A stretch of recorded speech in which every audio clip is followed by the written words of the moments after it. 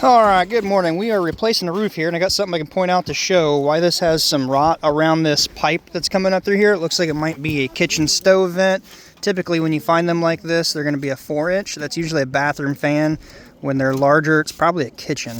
So I'm not sure what it is, but regardless, what we're going to learn is when you've got a penetration, you're putting a box vent in primarily, or anything similar when you cut a shingle around this. So note that it's mostly down this left side. There's some on the bottom. It's already tore off before I got here, so I don't know how they had that tucked.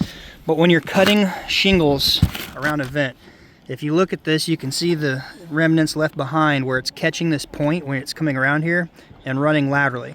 When they make these vents, there's supposed to be a little lip right here. It's not just to make it rigid, but it's supposed to give it a little bit of a hump up for water to not flow off of. You also want to watch where you place your nails around here, because when water hits this, it's going to spread left and right, come down. You can see the dirty water trail, and you can see how it's been getting into these nails here.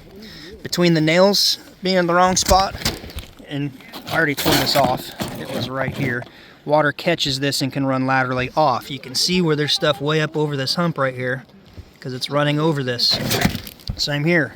And probably the shingle under it, which it's already fallen off. So when you're installing a vent, box vent, RVK1A kit, anything like that, you need to nip these corners. And manufacturers now state that you need to cut the corner. No different than when you're doing a valley. I've talked about close cut valleys. When you lay your underlying side across, you bring your top side across, you crack your line, you cut it, it causes a point. So this is your valley coming down, hits that point, trickles over. You need to nip those like a dog ear at the cedar fence, just a small little nip. So if water hits it, it's not going to climb up that little cut. You can also put a bead of sealer down this edge to help ensure that it's going to be stuck in there.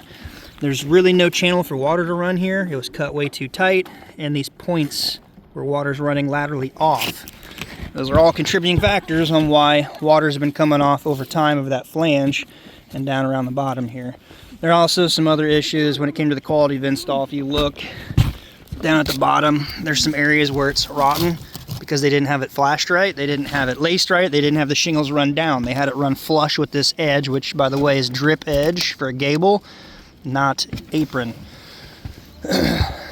More spots here. I don't know if that's because the starter was offset or what, but the point of this video, nipping the corners, dog ear. So if I had a knife, I would just cut this. So we're just going to improvise.